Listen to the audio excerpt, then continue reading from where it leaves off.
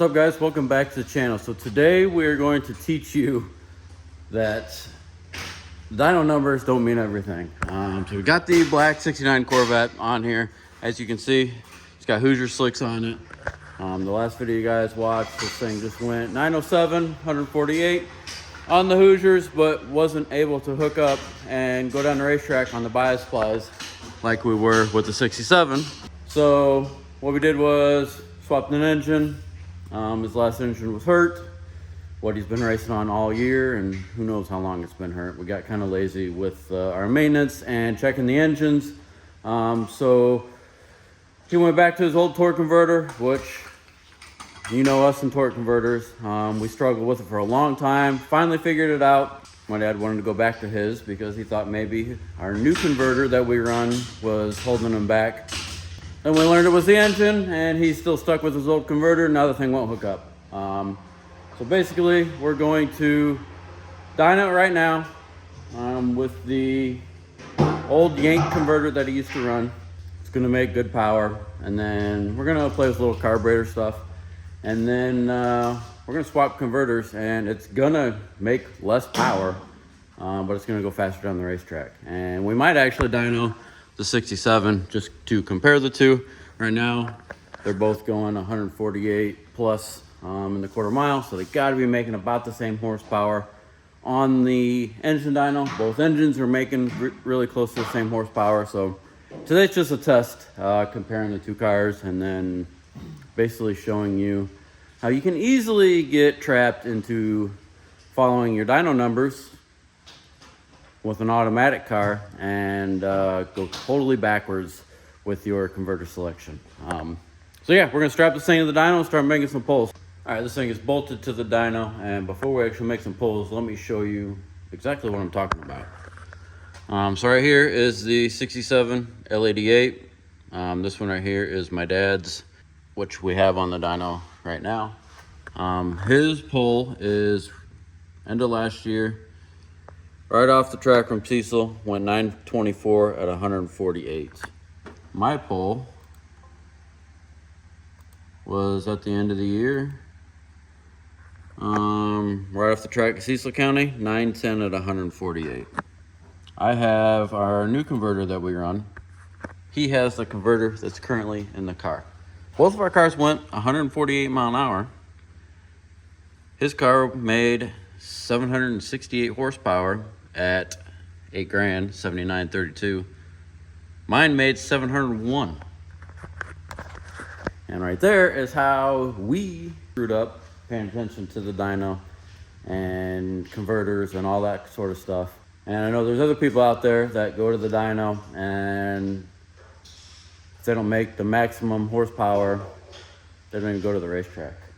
So right here totally shows that automatic stuff and converters and everything is just goofy, and you need to find a converter guy that'll work with you, like Pete does at Circle D. Put his converter in and go to the racetrack. Don't even go to the dyno, because yeah, right there we've got a 67 horsepower difference, and you would think 67 horsepower is huge, but that thing on the dyno being 67 horsepower less than this thing, that's faster. But instead of just telling you about it, we're going to show you about it. So we're going to finish hooking this up. Got to hook this old fan up, and we're going to make some pulls.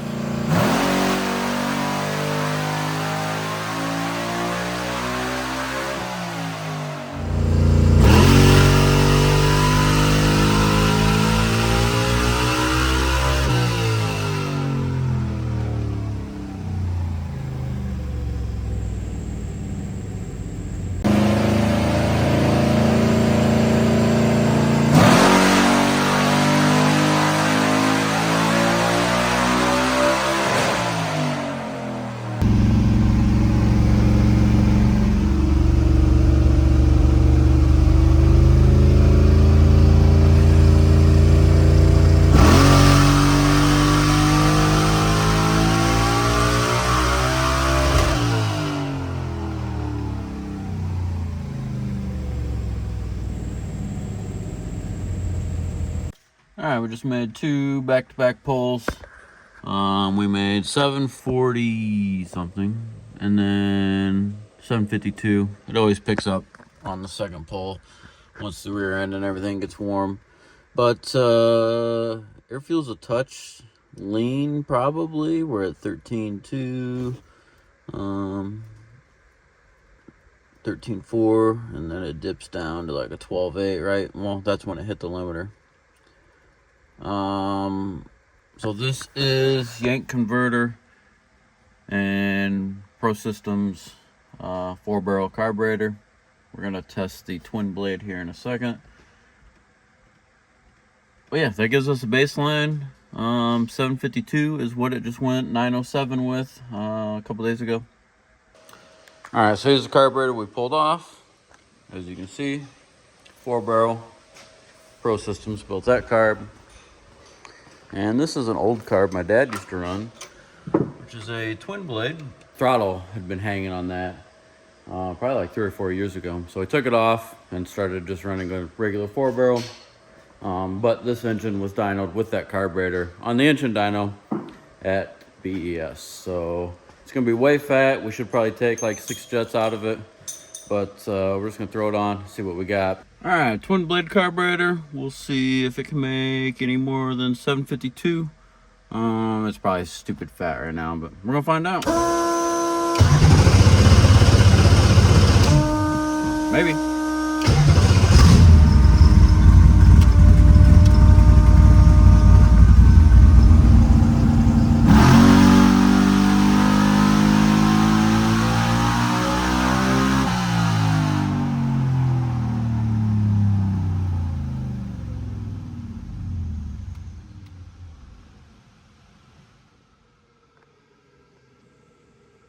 $751.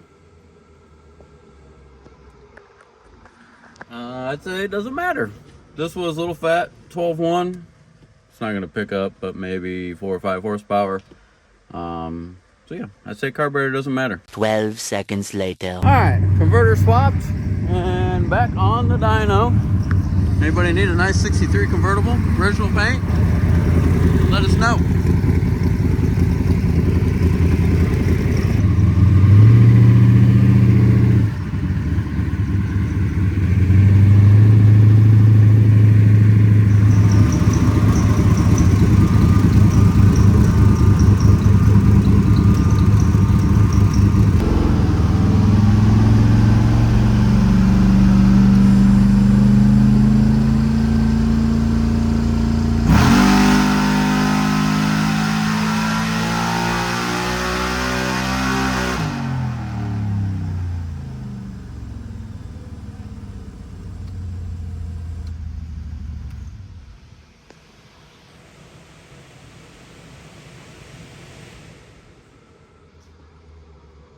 It's gonna be faster.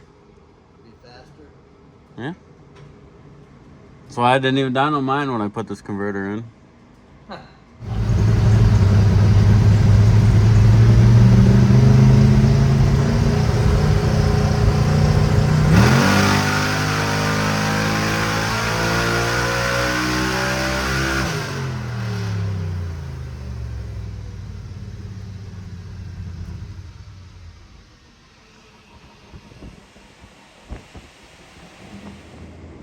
He's cheating, he got more power than me.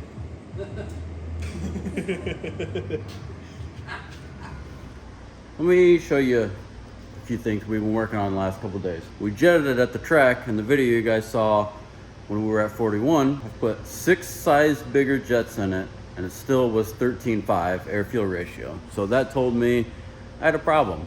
Went up and got a couple brand new O2 sensors from Motor State Distributing. This is the old one that I pulled out of it. Made 1 pull. I didn't even make a full pull. Just got out of throttle early. Made 690 horse. The air fuel gauge was reading 10.9 to 11.0. So instantly went ahead and took those 6 jet sizes out of this carburetor, meaning we didn't really have to jet this thing. And then, something you guys haven't seen yet, this thing's sitting a little high in the front end because the engine we just put in it, it's blown up. So we heard the head gaskets in that thing, and got to fix that before we leave for Indy in less than a week. Actually, in exactly a week. So gonna make another pull on this thing, try to get it dialed in. I was cutting spark plugs apart. I don't know where they're at. Right here. Looking at the fuel ring. I was making fueling adjustments and seeing the difference in the fueling, but not seeing it on my air fuel gauge, which was what was throwing us for a little bit of a loop. So gonna make this other pull, hoping for like a 12.5 or something air fuel ratio.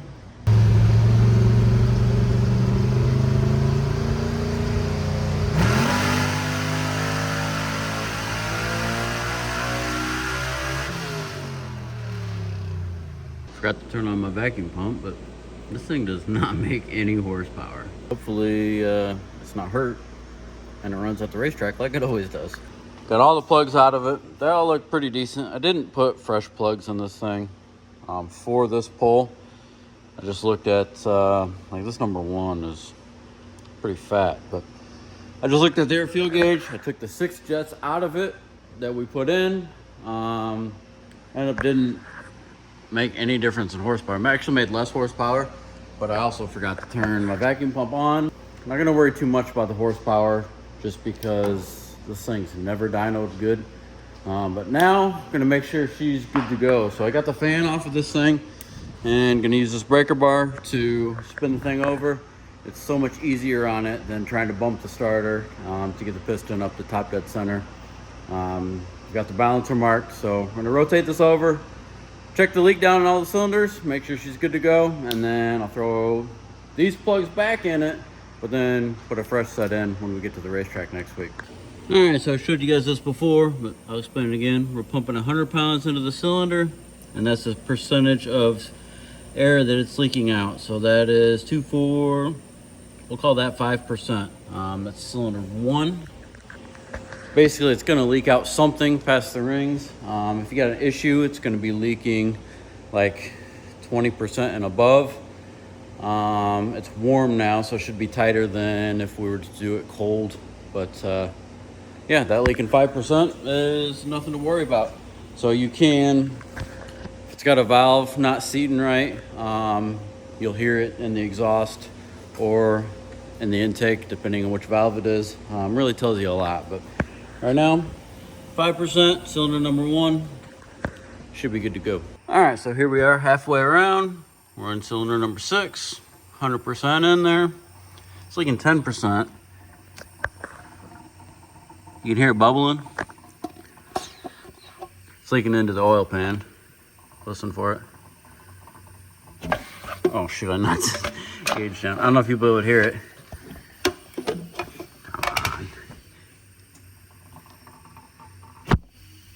I don't know if you can hear it, but pressurizing that, and then it just goes away when you take your hand off the valve cover. So it's good to go. 10%, 9%. There's nothing to worry about. All right, guys, let me give you a quick update on where we're at. So I am currently waiting for this parachute mount to cool down. This is a bolt-on parachute mount. And here is the parachute bracket, I guess you would call it. Parachute mounts there. Slides in, gets bolted right there. Doing that to my mom's 69 L88 Corvette that you guys have seen. She hasn't raced at all this year. And this weekend at Indy will be her first event.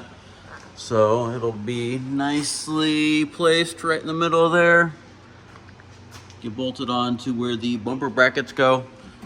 I don't know why I always make these bolt on, but I do. For some reason, I create more work for myself. But yeah, that is totally done, basically. Just got to paint it. Still waiting on the engine for the black 69 Corvette. I think it went 907 hurt. Still made good power on the dyno, hurt. So that thing, I'm curious to see that thing on the dyno with a good engine, see how much power it makes. And then you guys have seen this thing. Let me wipe my camera off, it's a mess. And then you guys have seen this thing. This is a 69 L88 Corvette like the rest of them, but it had a factory stock legal 427 in it, and now it is getting a little bit spicier of a 427, still 427, 70 over, a little bit more compression than that engine, and a little different camshaft. That thing is going to run fast now and not factory stock, and it is going to go like 1030s, 1040s. This car has been 1030s with that engine that's currently in that car. It's what my mom drove to get her used to the power before we let her go to the low 9-second car that she's in now. But we got the rear end out of this thing because we're going from a 456, I don't know where it went, to a 410. So this thing will make it all the way down the racetrack. That is an update for right now. We are leaving in just a few days. It is Monday evening, I believe. It's about 11 o'clock at night. I'm getting ready to wrap things up and head home. A lot of work to do before we head to the racetrack. So that's gonna wrap this video up. Head to hpdepot.com, get yourself t-shirts. They do not come with Permatex stains on them. They're all clean and fresh. But yeah, if you're around Indy this weekend, come see us at the NMCA race. Last race for NMCA of the year. We'll have 4 cars there and we should be having a good time. So actually we'll have 5 cars there. Yeah, we'll have 5 there. But yeah, that's gonna wrap this video up. So thank you guys for watching and we'll see you on the next one.